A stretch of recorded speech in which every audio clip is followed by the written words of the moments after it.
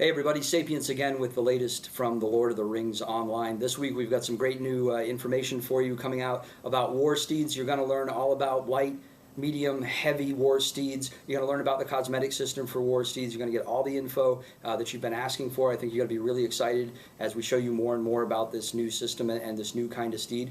We also have another entry in our Behind the Stories series of videos. It's going to talk about the Rohirrim and their steeds and how important they were, and some of bringing that into the game and making it part of the LOTRO experience. And then a little bit later on this week, we've also got 2 new dev diaries coming out for you. We're going to have a Rohan dev diary, which is going to tell you a lot about the creation of the region and how it all fits into the LOTRO universe. And also, we're going to start our first class dev diary. It's going to be about burglars and everything that's coming for you this fall with Rohan. And one thing I want to point out about these new dev diaries, we're doing things a little bit differently. The class dev diaries are going to have all of the changes to your unmounted skills and abilities. So when you read the dev diaries, keep in mind it doesn't include anything about mounted combat. That's all going to come later in kind of an overview of mounted combat, and it's going to contain how classes change once they're mounted. So we're going to have individual dev diaries about unmounted skills, and then we're going to have a mounted combat dev diary to cover all classes and all their skills. All right. Before we take off this week, I want to say thank you very much to all of our beta testers who've been out there,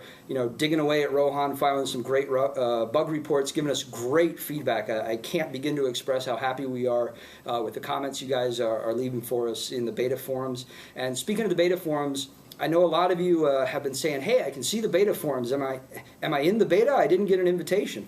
Well, there was a small issue where we think some invitations got swallowed up by spam filters or have been lost in the blackness of the internet.